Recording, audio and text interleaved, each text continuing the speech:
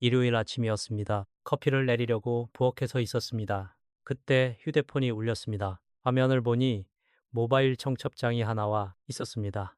오는 사람 이름을 봤습니다. 한참을 봤는데 바로 떠오르지 않았습니다. 누구였지? 기억을 더듬었습니다. 아, 예전에 회사에서 잠깐 인사를 나눴던 사람이었습니다.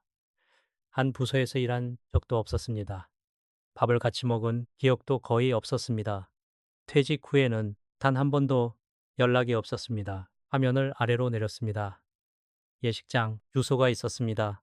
날짜와 시간이 있었습니다. 그리고 그 아래 축하 계좌번호가 또렷하게 적혀 있었습니다. 안부 인사는 한 줄도 없었습니다. 오래간만이라는 말도 없었습니다. 요즘 건강하시냐는 물음도 없었습니다. 청첩장과 계좌번호 그것이 전부였습니다. 주전자 위로 물이 끓고 있었습니다. 그런데 손이 움직이지 않았습니다. 물을 끄지도 커피를 내리지도 못한 채 화면만 내려다봤습니다. 머릿속에 질문 하나가 올라왔습니다.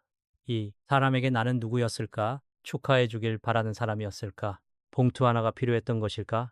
아마 이 이야기를 듣고 계신 분들 중에도 비슷한 순간이 있으셨을 겁니다. 화면을 내려다보며 한참 멈춰 있었던 그 순간 보낼까 말까, 갈까 말까, 모른 척할까 말까, 오늘 그 질문에 대한 이야기를 해보려 합니다.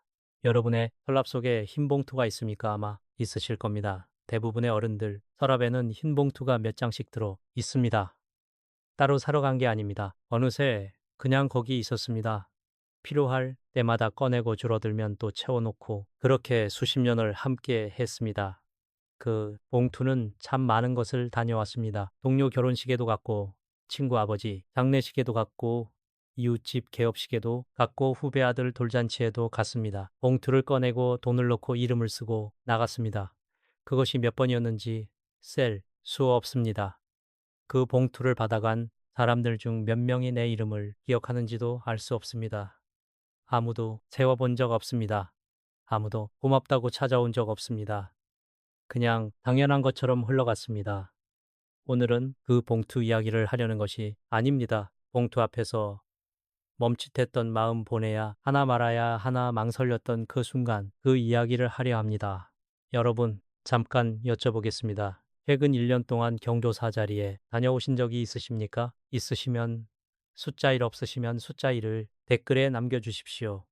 그냥 숫자 하나 하면 됩니다. 아무 부담 없이 편하게 남겨주시면 됩니다. 우리가 경조사에 가는 이유 중 하나는 체면입니다. 이 말을 꺼내면 고개를 젓는 분들이 계실 겁니다. 나는 체면 때문에 가는 게 아니야. 그냥 사람 도리니까 가는 거지. 그 마음 충분히 합니다. 그리고 그것이 진심인 분들도 분명 계십니다. 하지만 한 번만 조용히 물어보십시오. 지난 1년 동안 다녀온 경조사 중에서 정말 내 마음이 가서 간자리가 몇 번이고 안 가면 뭐라고 할까봐 간자리가 몇 번이었습니까? 체면이라는 것은 나쁜 것이 아닙니다. 솔직하게 말씀드리겠습니다. 체면은 오랫동안 우리를 지켜준 갑옷이었습니다. 젊었을 때 사회생활을 할 때 그 갑옷이 없었으면 버티기 어려웠습니다. 직장에서 함부로 무시당하지 않으려면 체면이 필요했습니다. 거래처 앞에서 당당하려면 체면이 필요했습니다. 아이들 학교에서 부모 노릇을 하려면 체면이 필요했습니다.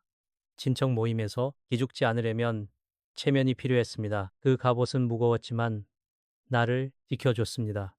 그 시절에는 필요한 것이었습니다. 그런데 겨울 외투를 생각해 보십시오.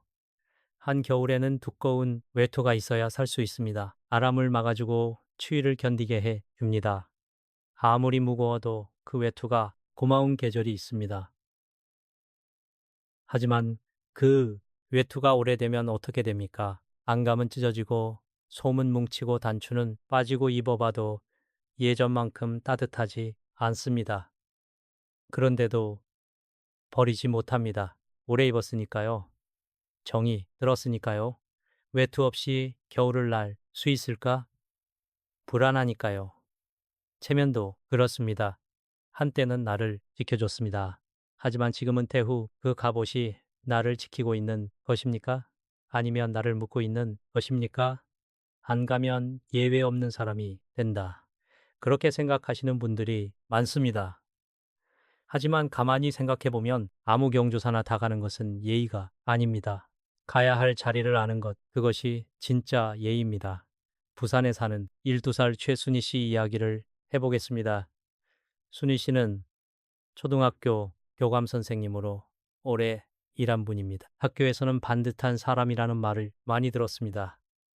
옷차림이 늘 깔끔했고 인사가 바르다는 이야기도 자주 들었습니다. 경조사에도 빠지는 법이 없었습니다. 동료 결혼식, 학부모 장례, 교장 선생님 회값, 후배 교사 출산 봉투가 필요한 자리에는 항상 있었습니다. 봉투, 금액도 적겨낸 적이 없었습니다. 교감이니까 그 정도는 해야지. 그것이 순희 씨의 기준이었습니다. 퇴직 후에도 그 기준은 바뀌지 않았습니다. 연금은 넉넉하지 않았지만 봉투 금액은 예전 그대로였습니다. 줄이면 사람들이 뭐라고 할 것 같았습니다. 최 교감이 퇴직하더니 달라졌네. 그런 소리를 듣고 싶지 않았습니다. 어느 경조사가 3번이나 겹쳤습니다. 옛 동료 아들, 결혼식, 퇴직 교장 선생님, 부인상 옛 학부모, 가게 개업, 세 곳 모두 빠지기 어려웠습니다. 빠지기 어렵다고 느낀 것 자체가 체면이었는데 그때는 몰랐습니다.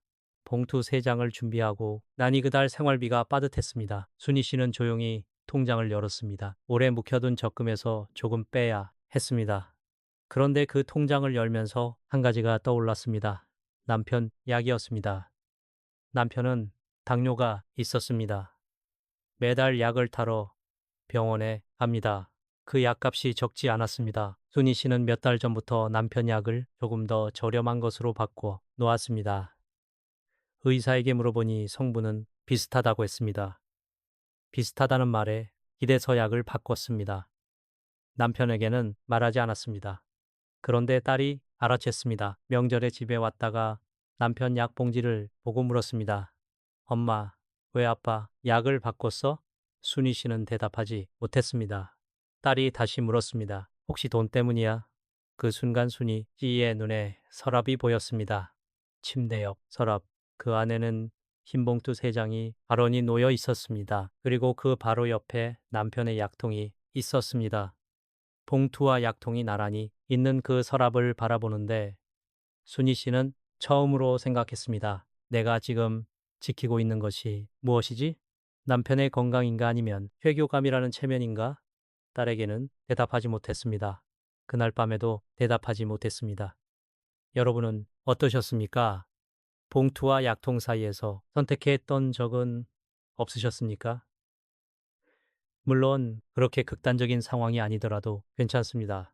하지만 체면 때문에 내 생활비를 줄이거나 내 건강 검진을 미루거나 내 가족과의 시간을 포기한 적은 없으셨습니까? 체면은 눈에 보이지 않습니다. 그래서 우리가 얼마나 많은 것을 체면에게 내주고 있는지 모릅니다. 봉투한 작은 자가 보입니다. 하루 외출은 별것 아닌 것 같습니다. 하지만 그것이 1년이면 봉투 10장이 되고 20장이 되고 내 통장에서 빠져나가는 돈은 가만히 쌓입니다. 그리고 그 돈이 빠져나간 자리에 남는 것은 고마움이 아니라 대부분 아무것 아닙니다. 체면이라는 갑옷을 벗으라는 말이 아닙니다. 그 갑옷이 아직 필요한 자리가 있습니다. 정말 소중한 사람 앞에서 내가 예의를 갖추고 싶은 자리에서는 그 갑옷이 여전히 빛을 냅니다.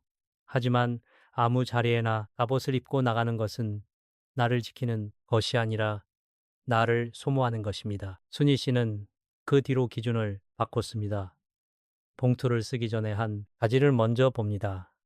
이 사람은 내가 아팠을 때 안부를 물었던 사람인가? 이 사람은 남편이 입원했을 때 걱정한 마디를 건넸던 사람인가? 아니라면 봉투를 닫습니다. 미안한 것이 아닙니다. 내 순서를 정하는 것입니다. 여러분, 체면을 벗는 것은 무해지는 것이 아닙니다. 갑옷을 벗고 나면 오히려 더 잘 보입니다. 네, 마음이 진짜 향하는 곳이 어디인지, 네, 봉투가 진짜 가야 할 곳이 어딘지 갑옷 없이 서야 보이는 것들이 있습니다. 그런데 체면보다 더 조용히, 더 깊이 마음을 흔드는 것이 있습니다. 경조사장에서 돌아온 뒤 며칠 동안 마음이 가라앉은 적이 있으십니까? 축하하러 갔는데 돌아와서는 괜히 내 삶이 초라해 보였던 적은 없으십니까? 분명 좋은 자리였는데 왜 돌아오면 마음이 무거울까? 그 이유가 있습니다.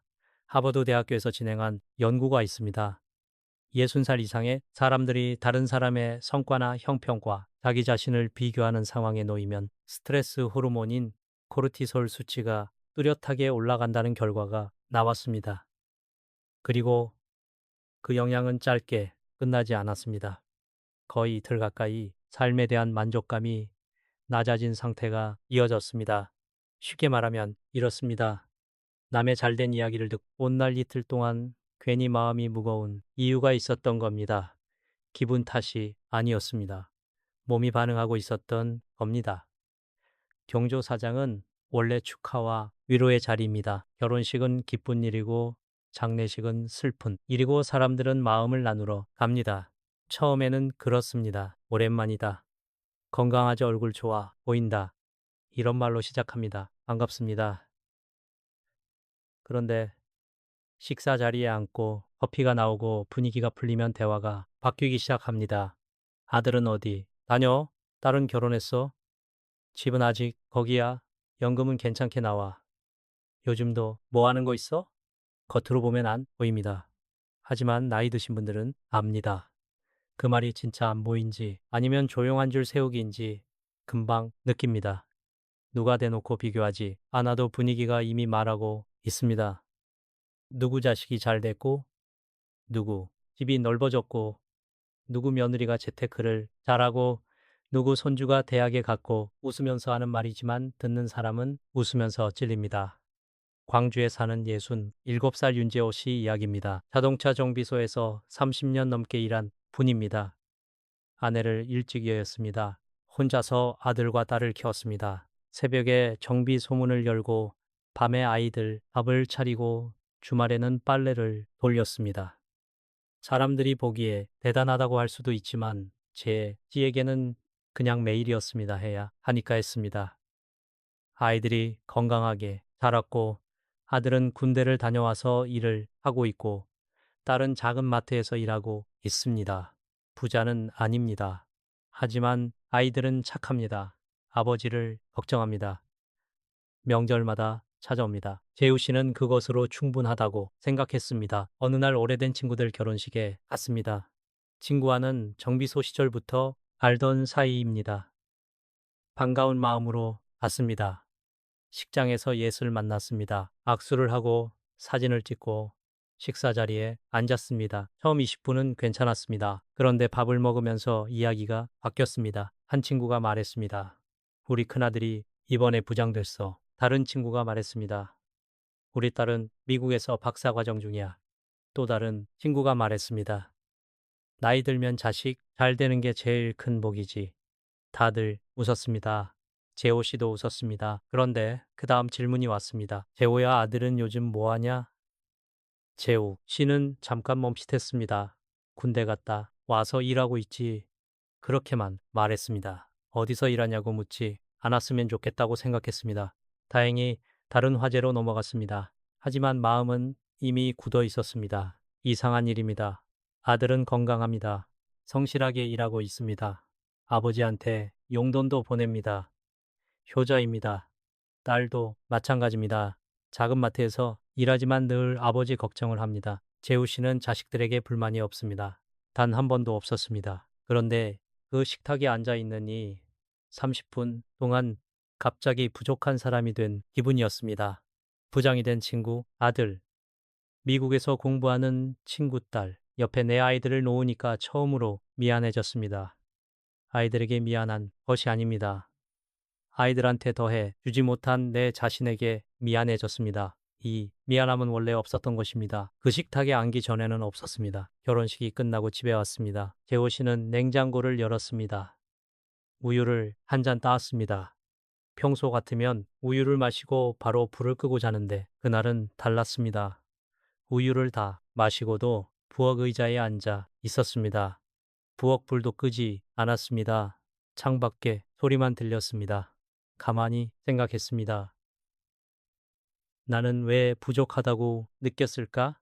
내 아이들은 건강하고 착하고 나를 걱정해 주는데 언제부터 남의 자식과 내 자식을 비교하게 됐을까? 그 식탁에 앉기 전까지는 이런 생각 한 번도 안 했는데 그 밤 재우 씨는 오래 앉아 있었습니다. 아무 말도 하지 않았습니다. 혹시 여러분도 비슷한 밤이 있으셨습니까? 우리는 남의 것과 내 속을 비교합니다. 경조 사장에서 보이는 것은 남의 좋은 면뿐입니다. 자식 자랑 좋은 옷 넉넉해 보이는 이야기. 하지만 그 집 사정은 모릅니다. 그 자식과 부모 사이가 어떤지 모릅니다. 그 웃음 뒤에 어떤 걱정이 있는지 모릅니다. 반대로 내 삶은 속까지 다 압니다. 걱정도 알고 후회도 알고 모자란 것도 알고 외로운 것도 압니다. 그러니 남의 것과 내 속을 비교하면 내가 질 수밖에 없습니다. 시장에 가면 저울이 있습니다. 저울 양쪽에 물건을 올려야 공평합니다. 그런데 한쪽에는 가장 예쁜 과일만 올리고 다른 한쪽에는 상처한 것까지 전부 올리면 어떻게 되겠습니까? 기울 수밖에 없습니다. 우리가 경조사장에서 하는 비교가 바로 이것입니다. 남의 것은 예쁜 것만 보고 내 것은 상처까지 전부 올립니다. 그 저울은 처음부터 공평하지 않았습니다. 제우 씨는 그 뒤로 하나를 정했습니다. 다녀오면 마음이 무거운 자리에는 다시 가지 않겠다. 축하가 축하로 느껴지지 않고 만남이 시험처럼 느껴지는 자리에는 내 몸을 데려가지 않겠다. 그것이 냉정한 것이 아니라 내 마음을 지키는 것이다. 나이가 들수록 마음의 평온은 재산입니다. 젊었을 때는 마음이 흔들려도 금방 회복됩니다. 다른 일로 바쁘니까요. 하지만 은퇴 후에는 다릅니다. 경조사장에서 들은 말 한마디가 며칠을 갉아먹습니다. 자식 비교 한마디가 일주일 내내 마음에 남습니다. 괜히 우리 아들한테 전화해서 괜찮냐고 물어보게 됩니다. 괜히 며느리한테 잘 지내냐고 안부를 건네는데 사실은 내 마음이 불안해서입니다. 그 불안은 경조사장에서 묻어온 것입니다. 내 것이 아니었습니다. 남의 것을 보고 내 속에 들여놓은 불안입니다. 그것을 왜 내가 안고 살아야 합니까? 축하할 수 있는 자리는 축하십시오. 위로할 수 있는 자리는 위로하십시오. 하지만 다녀오면 며칠 동안 마음이 가라앉는 자리 내 아이가 초라해 보이고 내 집이 작아 보이고 내 인생이 뒤처진 것 같은 자리 그런 자리에는 이제 가지 않아도 됩니다. 내 마음을 지키는 것, 내 평을 지키는 것 그것이 이 나이의 가장 중요한 예의입니다. 남에게 보여주는 예의가 아니라 나 자신에게 지키는 예의입니다. 이런 이야기 주변에 필요하신 분이 계실 겁니다. 혼자 고민하고 계신 분, 경조사 연락을 받을 때마다 마음이 복잡해지는 분, 가까운 곳에 그런 분이 계시다면 이 영상을 함께 나눠주십시오. 구독과 좋아요 한번 눌러주시면 같은 마음을 가진 다른 어른들에게도 이 이야기가 닿을 수 있습니다. 여러분의 손끝 하나가 누군가의 마음을 가볍게 해줄 수 있습니다. 경조사가 마음을 무겁게 한다는 것은 이제 알겠습니다. 체면 때문에 가는 자리가 나를 소모한다는 것도 알겠습니다. 비교의 자리에서 돌아오면 며칠이 힘들다는 것도 알겠습니다. 그런데 한 가지 더 이야기하고 싶은 것이 있습니다. 우리가 잘 모르는 비용이 있습니다. 청첩장 한 장, 부고장 한 장, 겉으로는 종이 한 장입니다. 하지만 그 종이 한 장을 따라가면 뒤에 숨어 있는 것들이 있습니다. 돈이 있습니다. 체력이 있습니다. 그리고 마음의 에너지가 있습니다. 이 세 가지를 한번 차분하게 들여다보겠습니다. 먼저 돈 이야기입니다. 이 이야기를 꺼내면 불편해하시는 분들이 계십니다. 경조사에서 돈 이야기를 하면 인색한 사람 같아 보일까봐 하지만 솔직해져야 합니다. 은퇴 후에는 돈의 무게가 달라집니다. 일할 때는 이번 달 봉투가 좀 부담되더라도 다음 달 월급이 들어왔습니다. 그래서 괜찮았습니다. 하지만 지금은 다릅니다. 들어오는 돈은 정해져 있고 나가는 돈은 매달 비슷하고 경조사 봉투는 예고 없이 찾아옵니다. 봉투 한 장에 5만 원 적다고 생각하십니까? 1년에 경조사를 12번 다녀오면 60만 원입니다. 15번이면 75만 원, 20번이면 100만 원을 넘깁니다. 여기에 교통비, 식비, 옷 준비까지 합하면 실제로 쓰이는 돈은 그보다 더 많습니다. 연금으로 사는 분에게 100만 원은 작은 돈이 아닙니다. 한 달 생활비에 가깝습니다. 그런데 우리는 이것을 한 번도 모아서 계산해 본 적이 없습니다. 봉투 하나하나는 작아 보이니까요. 하지만 모이면 큽니다. 안 보이는 곳에서 조용히 세고 있었습니다. 한번 해보시면 좋겠습니다. 작은 수첩 하나를 꺼내십시오. 지난 1년 동안 다녀온 경조사를 적어 보십시오. 몇 번이었습니까? 봉투를 얼마씩 냈습니까? 교통비는 얼마나 들었습니까? 하루가 통째로 빠진 날은 며칠이었습니까? 그리고 마지막으로 그 중에서 다녀오길 잘했다고 진심으로 느낀 자리가 몇 번이었습니까? 10번 중에 따뜻했던 자리가 3번이 안 된다면 나머지 7번은 무엇을 위한 것이었습니까? 수첩에 적어보면 보입니다. 그 10분이 다음 1년을 바꿀 수 있습니다. 돈 이야기만이 아닙니다. 체력 이야기도 해야 합니다. 40대에 결혼식을 다녀오면 오후에 다른 약속도 잡을 수 있었습니다. 50대에도 조금 피곤하지만 저녁이면 괜찮았습니다. 하지만 예순이 넘고 일이 되면 다릅니다. 먼 예식장까지 지하철을 타거나 버스를 갈아타고 서서 기다리고 사람들 사이에서 인사하고 시끄러운 식당에서 밥을 먹고 다시 집으로 돌아오면 하루가 사라집니다. 그 하루만 사라지는 것이 아닙니다. 다음 날까지 몸이 무겁습니다. 무릎이 아프거나 허리가 뻣뻣하거나 그냥 온몸에 기운이 없습니다. 회복하는데 이틀이 걸립니다. 젊을 때는 하루면 풀리던 피로가 이 나이에는 이틀 3일을 끌고 갑니다. 하루를 쓰고 이틀을 회복합니다. 경조사 한 번에 사흘입니다. 그 사흘 동안 산책도 못 하고 텃밭에도 못 나가고 손주도 못 만나고 하고 싶었던 일을 미룹니다. 그 4월의 무게를 아무도 계산하지 않습니다. 그리고 하나 더 있습니다. 가장 눈에 안 보이는 비용입니다. 마음의 에너지입니다. 심리학자들은 이것을 감정 노동이라고 부릅니다. 네. 진짜 감정을 숨기고 상황에 맞는 표정을 짓고 적당한 말을 골라서 하는 것.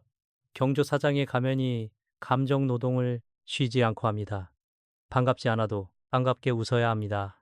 듣기 싫은 질문에도 괜찮은 척 대답해야 합니다. 비교당하는 기분이 들어도 웃으며 넘겨야 합니다. 속으로는 빨리 끝났으면 좋겠다고 생각하면서 겉으로는 오랜만에 만나서 좋다고 말합니다. 이것이 에너지를 씁니다. 보이지 않지만 확실히 씁니다. 젊을 때는 이 에너지가 넉넉합니다. 감정, 노동을 해도 잔면 회복됩니다. 하지만 나이가 들면 이 에너지의 청량이 줄어듭니다. 오래된 휴대폰 배터리를 생각해 보십시오. 새 휴대폰은 아침에 충전하면 밤까지 갑니다. 그런데 오래 쓴 휴대폰은 아침에 충전해도 오후면 빨간불이 들어옵니다. 배터리가 나빠진 것이 아닙니다. 오래 써서 용량이 줄어든 것입니다. 우리 마음의 에너지도 그렇습니다. 나빠진 것이 아닙니다. 오래 살았으니 용량이 달라진 것입니다.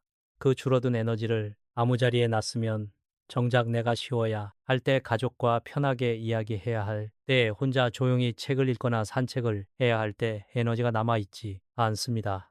경조사 한 번의 숨은 비용은 이렇습니다. 봉투 속 돈, 하루에서 사흘의 체력, 그리고 눈에 보이지 않는 감정 에너지, 이 세 가지가 매번 빠져나갑니다. 한두 번은 괜찮습니다. 하지만 이것이 1년에 10번, 15번 쌓이면 내 삶에서 빠져나가는 것의 총량이 보이기 시작합니다. 내가 진짜 쓰고 싶은 곳에 쓸 것이 줄어들고 있었습니다. 그래서 계산해 보시라는 것입니다. 인쇄계지라는 말이 아닙니다. 사료 내가 무엇을 내주고 있는지 알고 내주자는 것입니다. 알고 내주는 것과 모르고 내주는 것은 다릅니다. 알고 내주면 선택입니다. 모르고 내주면 습관입니다. 은퇴 후에는 습관으로 살기에는 남은 것이 너무 소중합니다. 그런데 여기서 한 가지 질문이 남습니다. 비용이 크다는 것을 알겠고, 체면에 끌려가면 안 된다는 것도 알겠고, 비교의 자리에서 나를 지켜야 한다는 것도 알겠습니다. 그런데 왜 우리는 이미 끝난 관계를 놓지 못할까요? 머리로는 아는데 마음이 따라가지 않는 이유가 있습니다. 냉장고 안에 오래된 반찬통이 있습니다. 열어보면 아마 맛이 갔을 겁니다. 색도 변했고 냄새도 납니다. 그런데 버리기가 어렵습니다. 내가 직접 만든 것이니까, 재료도 좋은 걸 썼으니까, 처음에는 정말 맛있었으니까, 그래서 뚜껑을 덮고 다시 냉장고에 넣고 내일 버리자고 합니다. 그 내일이 한 달이 됩니다. 관계도 비슷합니다. 이미 끝난 줄 아는데 버리지 못합니다. 오래 알았으니까, 한때는 진짜 가까웠으니까, 내가 많이 마음을 쓴 사이니까. 김치를 담그시는 분들은 아실 겁니다. 항아리에 잘 담근 김치는 오래 묵을수록 깊어집니다. 맛이 있고 감칠맛이 나고 시간이 맛을 만듭니다. 하지만 아무 항아리나 그런 것은 아닙니다. 제대로 담그지 않은 김치는 오래 두면 상합니다. 뚜껑을 열면 곰팡이가 피어 있습니다. 그런데 차마 뚜껑을 열지 못하는 항아리가 있습니다. 열면 상한 것을 인정해야 하니까, 내가 공들여 담은 것이 실패했다는 것을 봐야 하니까. 관계도 그렇습니다. 어떤 관계는 세월이 지나도 깊어집니다. 자주 못 만나도 만나면 편합니다. 말을 많이 하지 않아도 마음이 통합니다. 하지만 어떤 관계는 이미 상했습니다. 연락처에 이름은 남아있지만 그 안에 마음은 없습니다. 같은 회사에 다녔다는 사실만 남아있고, 그때 나눴던 감정은 이미 사라졌습니다. 노자가 이런 말을 했습니다. 족한 줄 아는 자가 부유하다. 돈 이야기가 아닙니다. 관계에도 이 말이 통합니다. 많아야 좋은 것이 아닙니다. 네, 연락처에 이름이 300개 있어도 내가 진짜 아플 때 전화할 수 있는 사람이 3명이면 그 3명이 내 전부입니다. 그 3명이면 충분합니다. 나머지 297명을 붙잡느라 그 3명에게 소홀해지는 것, 그것이 진짜 손해입니다. 인천에 사는 인해살 신동규 씨가 있습니다. 동교 씨는 인천왕 푸드에서 30년을 일한 분입니다. 손이 두껍고 목소리가 크고 웃을 때 입이 크게 벌어지는 사람입니다. 젊었을 때 푸드 동료들과 할인 모임을 만들었습니다. 매달 한 번 만나서 소주 한잔하고 고기 구워 먹고 서로 두덜거리면서도 웃는 사이였습니다. 명절에는 가족까지 모여서 김밥을 싸게 됐습니다. 그때는 8명 모두가 동교 씨에게 소중한 사람이었습니다. 세월이 지났습니다. 하나둘 은퇴하고 이사 가고 건강이 나빠지고 사정이 달라지면서 모임이 뜸해졌습니다. 매달 만나던 것이 석 달에 한 번이 되고, 석 달이 한 번이 1년에 한 번이 되고, 어느새 모임은 경조사가 있을 때만 이어졌습니다. 누구 어머니 돌아가시면 모이고, 누구 아들 결혼하면 모이고, 기쁜 일이나 슬픈 일이 없으면 만날 이유가 사라진 겁니다. 8명 중에서 2명은 경조사 때만 나타났습니다. 평소에 전화도 없고 명절 인사도 없고 누가 아프다는 소식에도 반응이 없었습니다. 하지만 자기 집안에 일이 생기면 단톡방에 부구장이나 청첩장을 정확히 올렸습니다. 3명은 바쁘다며 점점 빠졌습니다. 처음에는 미안하다고 했고 나중에는 미안하다는 말도 없어졌습니다. 남은 것은 동규 씨와 2명의 친구였습니다. 이 2사람은 특별한 사람이 아니었습니다. 돈이 많은 것도 아니었고 대단한 직업이 있는 것도 아니었습니다.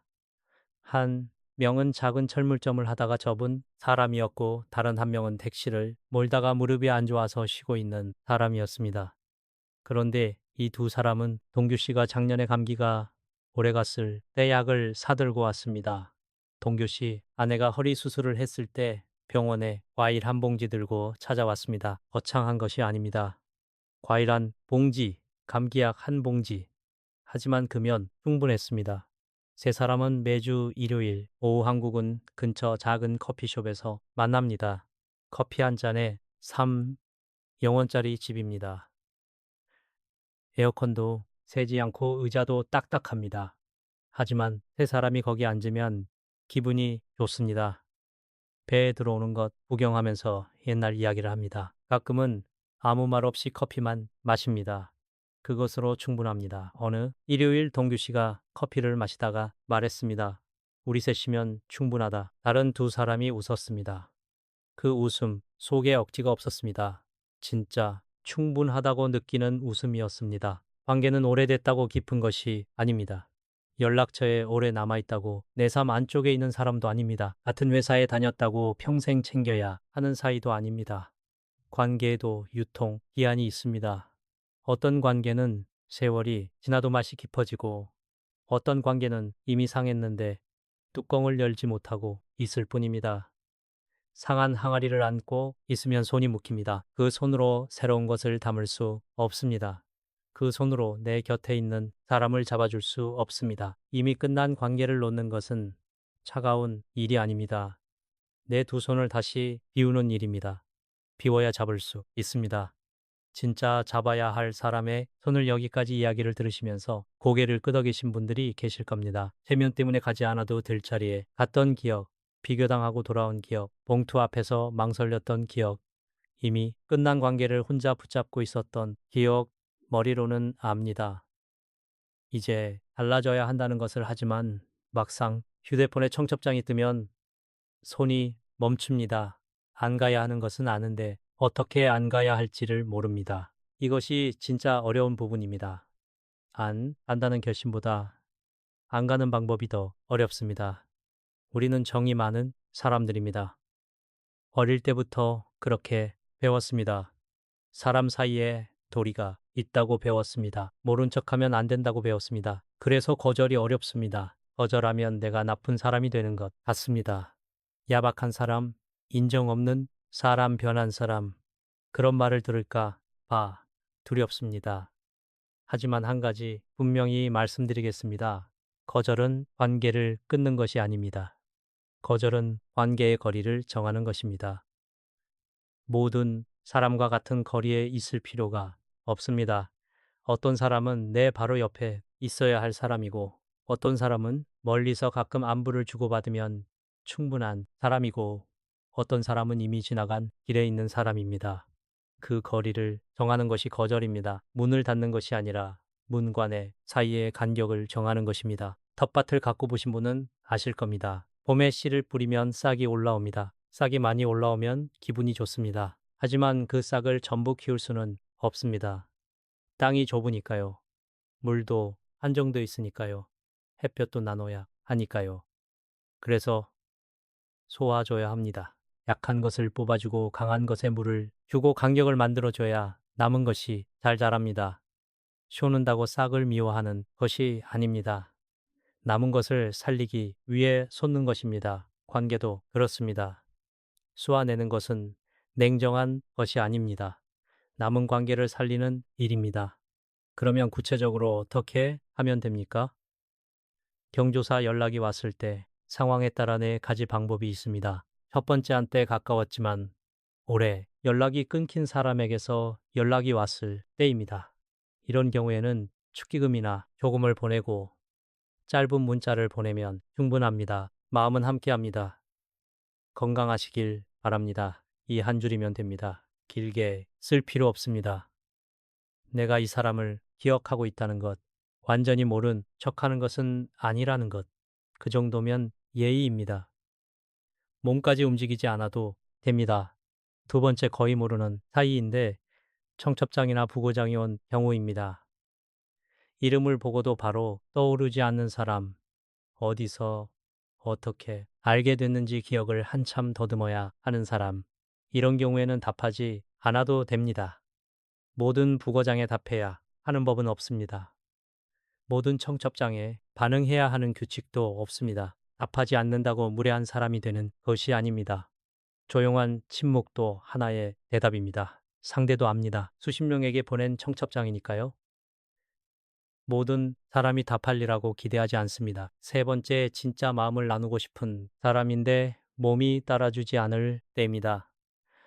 가고 싶은데 못 가는 경우, 이럴 때는 전화를 하십시오. 3분이면 됩니다.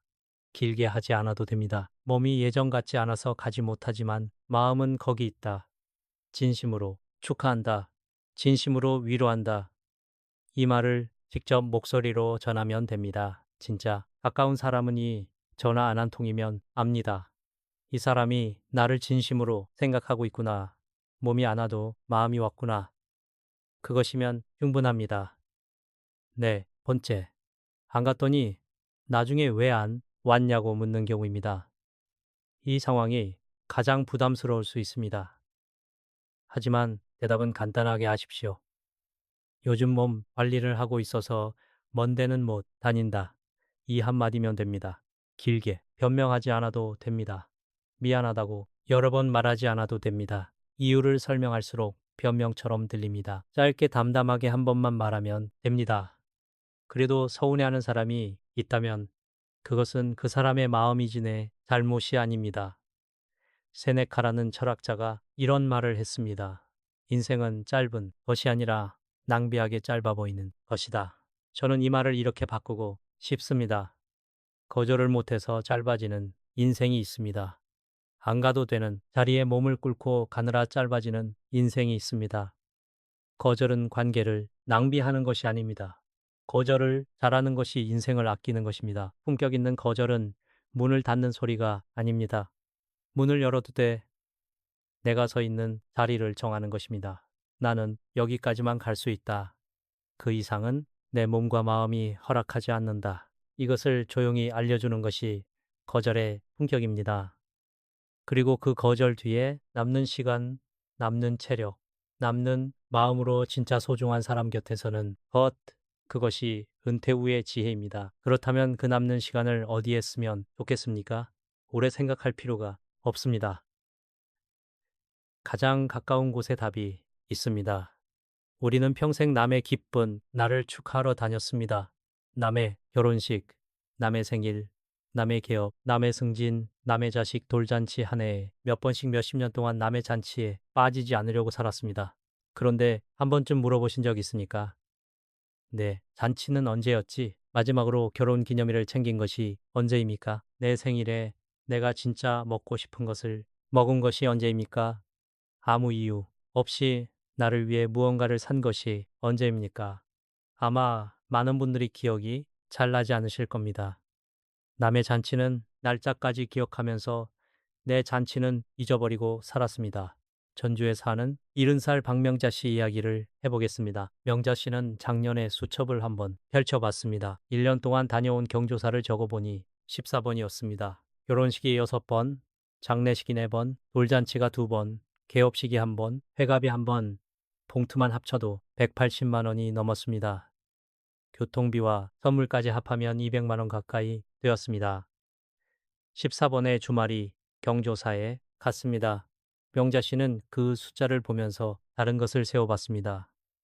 14번 중에서 다녀오길 정말 잘했다고 느낀 자리가 몇 번인가? 가만히 생각해 보니 3번이었습니다. 오래된 친구, 아들 결혼식, 이웃 사는 언니의 남편, 장례식, 그리고 조카 돌잔치, 2세 자리는 다녀와서 마음이 따뜻했습니다. 가길 잘했다고 생각했습니다. 나머지 11번은 어땠습니까? 괜히 갔나 싶었거나 피곤하기만 했거나 가서 누구를 만났는지조차 기억이 흐릿한 자리였습니다. 명자 씨는 올해 기준을 바꿨습니다. 경조사는 5번만 가기로 했습니다. 진짜 마음이 가는 사람 안 가면 오래 후회할 사람, 내 삶에 정말 가까운 사람, 그 사람들의 자리만 가기로 했습니다. 그러고 나니 이상한 일이 생겼습니다. 시간이 남았습니다. 주말이 비었습니다. 처음에는 어색했습니다. 뭐를 해야지?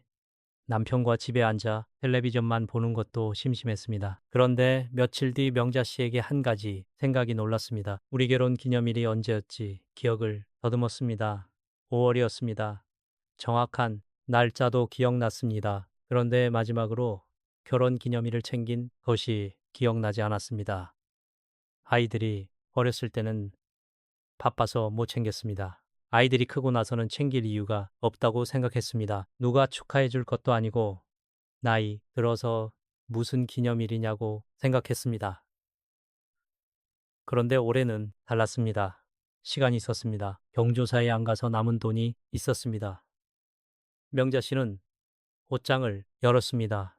자기 옷을 훑어봤습니다. 마지막으로 내 옷을 산 것이 언제였는지 생각해 봤습니다. 8년 전이었습니다. 8년 동안 새 옷을 한 벌도 사지 않았습니다. 아이들 옷, 남편 내복, 손주 선물은 샀지만 내 옷은 사지 않았습니다. 사야겠다는 생각조차 하지 않았습니다. 명자 씨는 백화점이 아니라 동네 옷가게에 갔습니다. 거기서 연한 보라색 블라우스를 하나 샀습니다. 비싼 것이 아니었습니다. 하지만 거울 앞에 서서 입어봤을 때 기분이 묘했습니다. 이게 나한테 어울리나? 저원이 말했습니다. 색이 참 잘 어울리세요. 그 말 한마디에 명자 씨가 웃었습니다. 오래간만에 누군가가 내 모습을 보고 좋다고 말해줬습니다. 결혼 기념일 당일 명자 씨는 남편에게 말했습니다. 오늘 밖에서 밥 먹자. 남편이 놀랐습니다. 갑자기 왜 무슨 날이야? 명자 씨가 대답했습니다. 아무 날도 아니에요. 그냥 우리 날이에요. 두 사람은 옆 근처 작은 식당에 갔습니다. 그 식당은 결혼하고 얼마 안 됐을 때 자주 가던 곳이었습니다. 아직 있을까 싶어서 가봤더니 간판은 바뀌었지만 자리는 그대로였습니다. 삼가 자리에 앉았습니다. 예전에 둘이 앉던 그 자리. 남편이 메뉴판을 보면서 말했습니다. 여기 이렇게 좁았었나? 명자 씨가 웃었습니다. 옛날에는 안 좁았어. 우리가 커진 거지. 밥값은 15영원이었습니다. 경조사 봉투 하나보다 적은 돈이었습니다. 하지만 그 15영원짜리 식사가 180만 원치 경조사 14번보다 마음에 오래 남았습니다. 아무도 아닌 그런데 그날이 가장 따뜻했습니다. 여러분에게도 그런 날이 있으셨으면 좋겠습니다. 한국 속담에 이런 말이 있습니다. 남의 잔치에 가마라, 배노하라 하지 마라. 남의 잔치에 상전하지 말라는 뜻입니다. 하지만 저는 이 속담을 조금 다르게 읽고 싶습니다. 남의 잔치에 가느라 바빠서 내 잔치를 잊어버린 것은 아닌지, 남의 경사를 챙기느라 내 기쁜 일을 그냥 지나친 것은 아닌지, 남의 축하 자리에 봉투를 들고 가느라 내 삶에서 축하할 일을 놓치고 있었던 것은 아닌지 매달 하나만 해보십시오. 아무 날이나 하루를 고르십시오. 특별한 날이 아니어도 됩니다. 그냥 오늘이면 됩니다. 그 하루를 내 잔치로 삼으십시오. 공원을 걸어도 됩니다. 좋아하는 빵을 사 먹어도 됩니다. 오래된 친구에게 전화를 걸어도 됩니다. 아무것도 하지 않고 창밖을 보며 차 한 잔을 마셔도 됩니다. 10분이면 됩니다. 5분이어도 됩니다. 중요한 것은 그 시간이 남을 위한 것이 아니라 나를 위한 것이라는 점입니다. 평생 남의 잔치를 챙기며 살았습니다. 이제는 내 잔치를 열어도 되는 나이입니다. 크게 열 필요 없습니다. 조용히 작게나마 나는 잔치. 그것으로 충분합니다. 오늘 이야기를 정리해 보겠습니다. 체면은 한때 우리를 지켜준 갑옷이었습니다. 하지만 그 갑옷이 낡았으면 벗어야 합니다. 얻지 않으면 갑옷이 나를 지키는 것이 아니라 나를 묶습니다. 가야 할 자리를 아는 것, 그것이 진짜 예입니다. 경조사장은 축하의 자리이기도 하지만 비교의 자리가 되기도 합니다. 남의 것과 내 속을 올려놓은 저울은 처음부터 공평하지 않았습니다. 그 저울 위에 내 삶을 올려놓을 필요가 없습니다. 청첩장 한 장에는 보이지 않는 비용이 있었습니다. 봉투 속 돈 하루에서 사흘의 체력, 그리고 다시 채우기 어려운 마음에 에너지 모르고 내주면 습관이지만 알고 내주면 선택입니다. 관계에도 유통기한이 있습니다. 오래됐다고 깊은 것이 아닙니다. 살아있는 관계만이 소중합니다. 족한 뷰라는 사람이 가장 부유한 사람입니다. 거절은 문을 닫는 것이 아니라 문과 내 사이의 거리를 정하는 것입니다. 텃밭에 싹을 쏘아주듯 남은 관계가 잘 자라도록 공간을 만들어 주는 것입니다. 그리고 남의 잔치를 줄인 자리에 내 잔치를 놓으십시오. 크지 않아도 됩니다. 아무 날도 아닌 그냥 우리 날이라고 부르면 됩니다. 그날이 가장 따뜻한 잔치입니다. 마음이 부르면 가십시오. 체면만 부르면 멈추십시오. 남은 시간은 짧습니다. 그 시간을 아무에게나 쓰지 마십시오. 내가 진짜 사랑하는 사람 곁에서 있는 것, 그것이 가장 좋은 예입니다. 여러분, 오늘 이야기가 마음에 닿으셨다면 여러분의 이야기도 들려주십시오. 평소 조용하던 사람이 경조사 때만 연락해 온 적이 있으셨습니까? 제면 때문에 갔다가 돌아오면서 후회한 경조사가 있으셨습니까? 또는 경조사를 줄이고 나서 오히려 마음이 편해지신 적이 있으셨습니까? 어떤 이야기든 괜찮습니다. 한 줄이면 됩니다. 여러분이 남겨주시는 그 한 줄이 지금 이 순간 같은 고민을 하고 계신 다른 분에게 큰 용기가 됩니다. 혼자 고민하면 무겁지만 누군가도 같은 마음이었다는 것을 알면 조금 가벼워집니다. 주변에 같은 나이대 친구분이 계시다면 이야기를 함께 나눠주십시오. 옆에 있는 분도 어쩌면 지금 설랍 속 흰 봉투 앞에서 멈춰 있을지 모릅니다. 이 영상 하나가 그분의 마음을 조금 가볍게 해줄 수 있습니다. 여러분, 평생 남의 잔치를 챙기며 사셨습니다. 청첩장이 오면 갔고 부고장이 오면 갔고 누가 부르면 갔습니다. 봉투를 준비하고 옷을 갖춰 입고 먼 길을 나서고 곧 인사하고 돌아왔습니다. 그것을 수십 년 동안 하셨습니다. 쉬운 일이 아니었습니다. 그것은 여러분이 나약해서가 아니라 너무 정하는 사람이었기 때문입니다. 차마 모른 척하지 못하는 마음, 혹시 누가 서운해할까봐 내가 먼저 움직이는 마음, 그 마음이 여러분을 오래 데리고 다녔습니다. 그 마음을 탓하지 마십시오.